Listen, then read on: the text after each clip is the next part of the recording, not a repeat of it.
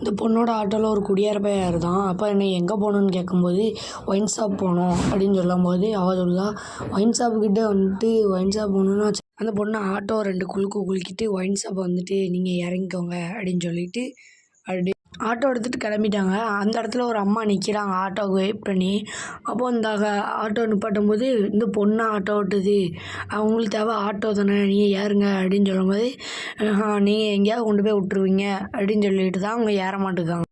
ஆம்பளை மேலே நம்பிக்கை வச்சது பொம்பளை மேலே நம்பிக்கை வைங்க அப்படின்னு சொல்லிட்டு ஆட்டோவில் ஏறுதீங்களா இல்லை நான் பிடிச்சி தள்ளவா அப்படின்னு சொல்லிட்டு உள்ளே உட்கார வச்சு ஸ்பீடாக ஆட்டோ ஓட்டி லம்பி ஓடுதாங்க. அப்போது அந்த இடத்துல உங்கள் வீடு எங்கேன்னு கேட்கும்போது சொல்லி அங்கே இறக்கி விட்டுட்டாங்க. உண்மையாவது பொண்ணுங்க மேலே நம்பிக்கை வச்சு ஆட்டோவில் ஏறுங்க அப்படின்னு அந்த அக்கா சொல்லுதாங்க. அதுக்கப்புறம் உங்கள் பொண்ணுக்கு ஒரு ஆட்டோ வாங்கி கொடுங்க அப்படின்னு சொல்லிட்டு போகும்போது அங்கே ஒரு பொறுக்கி போய் ஆட்டோவில் ஏறிட்டு இந்த பொண்ணை பற்றி செல்ஃபோனில் அசிங்கமாக பேசுகிறான். அப்போ இறங்கிட்டா நாயே அப்படின்னு சொல்லுதா. அந்த அன்னைக்கு இந்த பையன் இறங்கிட்டான்.